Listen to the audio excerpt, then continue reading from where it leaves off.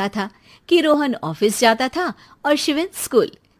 जिनके घर से जाने के बाद गीता काम खत्म करके बाकी समय आराम करती थी।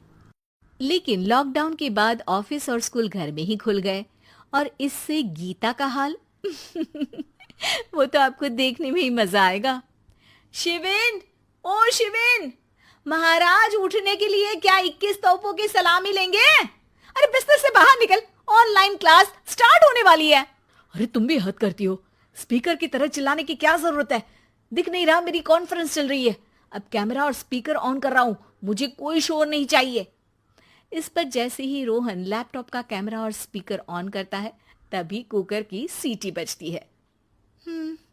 करा लो अब इसे चुप। लॉकडाउन नहीं हुआ, मेरी मौत का फरमान जारी हो गया। दोनों बाप बेटे ने नाक में दम किया हुआ है। ऐसा बोलकर गीता वहां से शिविन के कमरे में पहुंच जाती है, जहां शिविन अभी भी सो रहा होता है। ओ आलसी, अब अगर 5 मिनट में नहीं उठाना तो आज तेरा गेम और यूट्यूब कैंसिल। माँ की बात सुनकर शिविन बिना 1 मिनट गंवाए उठ खड़ा होता है। उठ गया, अभी नहाकर भी आता हूँ। ये नाटक कहीं और, मुंह पर गीला कपड़ा मार और पढ़ने बैठ। शिविन की ऑनलाइन क्लास स्टार्ट हो जाती है, जिस पर गीता उसे वहां बिठाकर रसोई में चली जाती है। थोड़ी देर में उसे कमरे से कुछ आवाज सुनाई देती है, जिसे सुनकर वो कमरे में वापस आती है। हाय राम, तुझे क्लास अटेंड करने के लिए बोला था, कैमरा ऑफ करके बिस्तर पर नाचने के लिए नहीं बोला था। मम्मी मुझे कुछ समझ नहीं आ रहा, आप बाद में पढ़ा देना ना, वैसे भी अटेंडेंस तो लगी गई है। हाँ हाँ बेटा, जरूर बन जा, तू अभी से हम सबका बाप बन जा।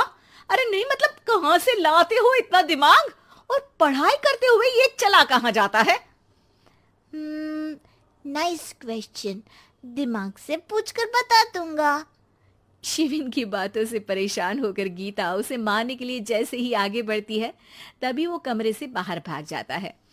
अब शिविन आगे आगे और गीता हाथ में चप्पल पकड़े उसके पीछे पीछे पूरे घर में दोनों घूम रहे होते हैं।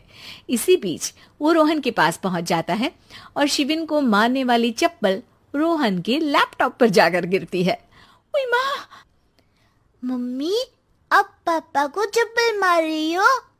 वो आज तक के रिपोर्टर, चुपचाप जाकर क्लास अटेंड कर ले, नहीं तो अगली तेरे पीछे लगेगी।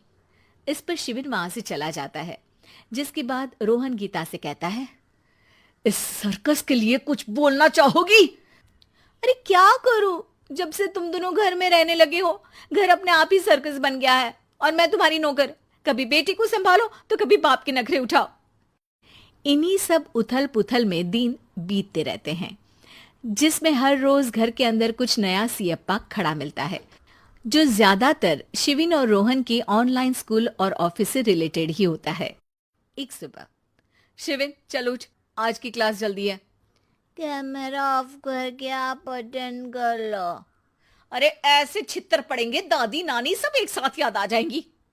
गीता की लाख मशक्कतों के बाद क्लास तो खत्म हो जाती है, लेकिन उसके बाद शिविन फोन इस्तेमाल करते हुए इंस्टाग्राम रील बनाने लगता है। रसोड़े में कौन था? तुम थी, मैं थी, कौन था? कौन था? हाँ, मैं गरीब हूँ। अरे ओ गरीब के बेटे, आजा, मैं बनाती हूँ तुझे गरीब। मैं बताती हूँ रसोड़े में कौन था। पढ़ाई करने बोलो तो इनकी माँ मर जाती है, और ये पागलपंतियां जितनी मर्जी करा लो। गीता शिविन को डांट रही होती है, तभी रोहन बीच में बोल पड़ता है। अरे बच्चा ही तो है, इतना गुस्सा क्यों कर रही हो? बेटे का साथ देने की इसी एक कोशिश में अब शिविन के साथ साथ रोहन भी गीता के गुस्से की सूली पर चढ़ जाता है। अगर बेटे पर इतना ही प्यार आ रहा है तो इसे क्लास अटेंड क्यों नहीं कराते, इसका होमवर्क क्यों नहीं कराते? उस समय तो बहुत जल्दी मीटिंग आ जाती है, वो काम मैं करूं और यहाँ इस बेफिजुली की चीज में तरफदारी करके बन जाओ महान। हे भगवान, कोई तो इनके ऑफिस और स्कूल खुलवाओ, मैं इन्हें और घर में नहीं सह सकती। अरे कुछ और मांग लेती, क्योंकि तुम्हारी ये विश इस साल तो पूरी होने से रही, कोरोना। हाय नास पिटे ने जिंदगी ही बर्बाद कर दी। खाए कोई पचाए कोई, कल मुझे चुन चुन कर सबको मेरी बद्दुआ लगेगी। उन्होंने दुनिया का और इन बाप बेटे दोनों ने मेरा जीना मुश्किल कर दिया। गीता वहां